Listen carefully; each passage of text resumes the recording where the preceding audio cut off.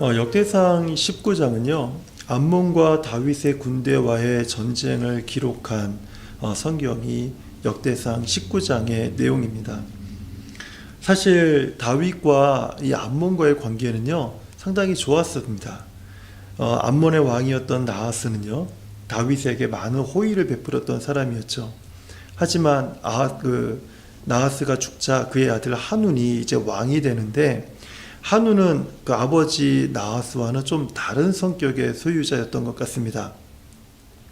다윗은 자신에게 많은 호의를 베풀었던 나하스가 죽자 그를 조문하고자, 또 그의 죽음을 애도하고자, 그리고 나아가서 자기가 이제 암몬에게 많은 호의를 받았다면 이제는 내가 암몬에게 호의를 베풀어야겠다라고 하는 이런 선한 의도로 이제 조문하는 사신들을 꾸려서 조문하는 사신들을 보내게 됩니다.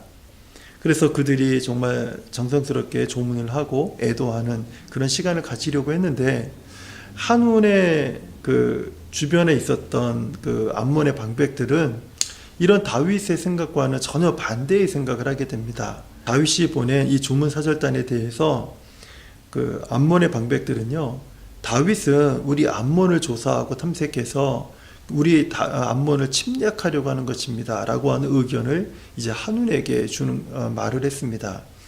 그러자 한운이 전체적인 상황들을 보면서 아버지와 다윗과의 관계를 좀 깊이 생각하면서 좀 신중한 결정을 내렸어야 하는데, 이 한운이 그 말을 듣고 곧대로 다 믿고요, 아주 극단적인 선택을 합니다. 그것은 그 다윗이 보낸 사절단들의 모든 수염을 다 잘라버리고 그들을 굉장히 수치스럽게 만들어서 다시 다윗에게 보낸 것입니다. 그러자 다윗은 이것을 보고 너무 민망해서 사신들을 이제 수염이 자랄 때까지 한 곳에 지내다가 수염이 자라면 다시 이제 오라고 얘기를 합니다. 그리고 굉장히 막 마음에 분노가 일어났죠. 한운은 이 다윗에게 자기가 눈밖에 나타난 사실을 이제 깨닫게 되었습니다. 그리고 자기가 실수했다는 사실을 깨달았죠. 그럼에도 불구하고 한운은 다윗에게 사신을 보내서 화친을 청하고 용서를 구하는 것이 아니라 오히려 분노하고 있는 다윗과 전쟁을 치르고자 하는 선택을 하게 됩니다. 한운은 정치적으로 굉장히 초보적인 단계였던 것뿐만 아니라 오만했던 사람인 것 같습니다. 그래서 다윗의 분노를 이용해서 오히려 전쟁을 선택을 하는데요, 암몬의 군대만으로는 감당이 안 되니까 은 1,000달란트를 지불하고 북쪽에 있는 아람의 군대를 사게 됩니다.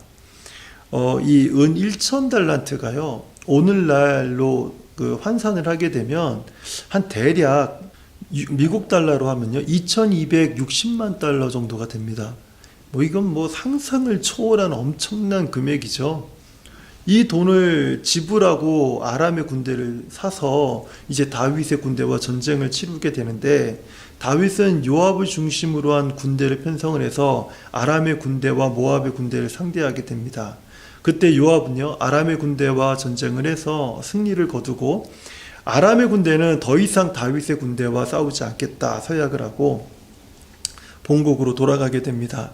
그리고 이제 이어서 이제 암몬의 군대와 전쟁을 치르게 되는데, 암몬의 군대가 패전을 하게 됩니다. 그리고 그 암몬의 백성들은 다윗의 그 톱을 써는 사람들, 도끼질하는 사람들, 돌을 다듬는 사람들, 이런 어떤 노역을 하는 백성들로 전락이 돼버립니다. 한운 한 사람의 잘못된 선택과 결정 때문에 나라는 망하고 백성들은 노예로 전락되는 아주 비극적인 결말을 맞게 된 것이 이 역대상 19장의 내용이었습니다.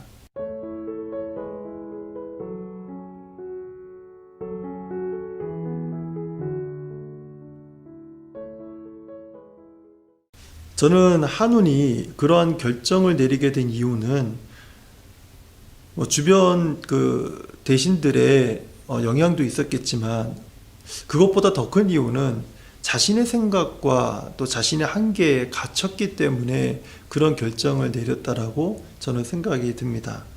그렇기 때문에 우리 성도님들이 교회 생활을 한다든지 신앙 생활을 할 때에 오늘 이 역대상 19장을 통해서 우리가 배울 수 있는 교훈은요, 자기 생각과 경험 또는 자기 한계에 갇혀서 신앙 생활에서는 안 된다라는 이 교훈을 우리가 배울 수 있다고 생각이 듭니다.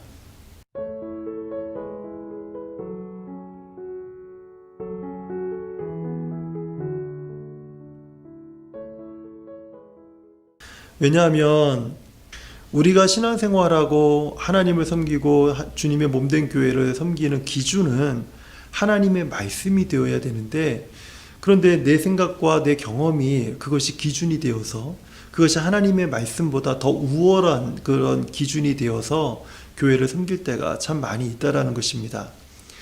이것이 이제 부정적인 영향을 미칠 때에는 교회가 성숙한 신앙으로 나아가기보다는 교회 안에 분열과 갈등을 일으키는 원인이 될 수 있다라는 것입니다.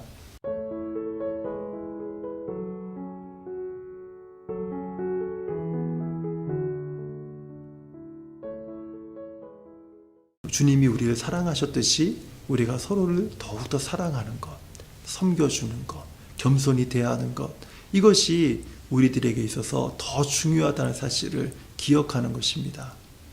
그렇게 될 때 우리는 나의 경험과 생각에 한계에 갇히지 않고 우리가 주님의 마음을 따라서, 주님의 생각을 따라서, 주님의 의지를 따라서 교회를 사랑하고 성도를 사랑하고, 우리 주님께서 우리들을 섬겨주셨듯이 우리도 교회를 섬기고 우리 모든 지체들을 주님의 마음으로 섬길 수 있는 그런 성도들이 될 수 있을 것입니다.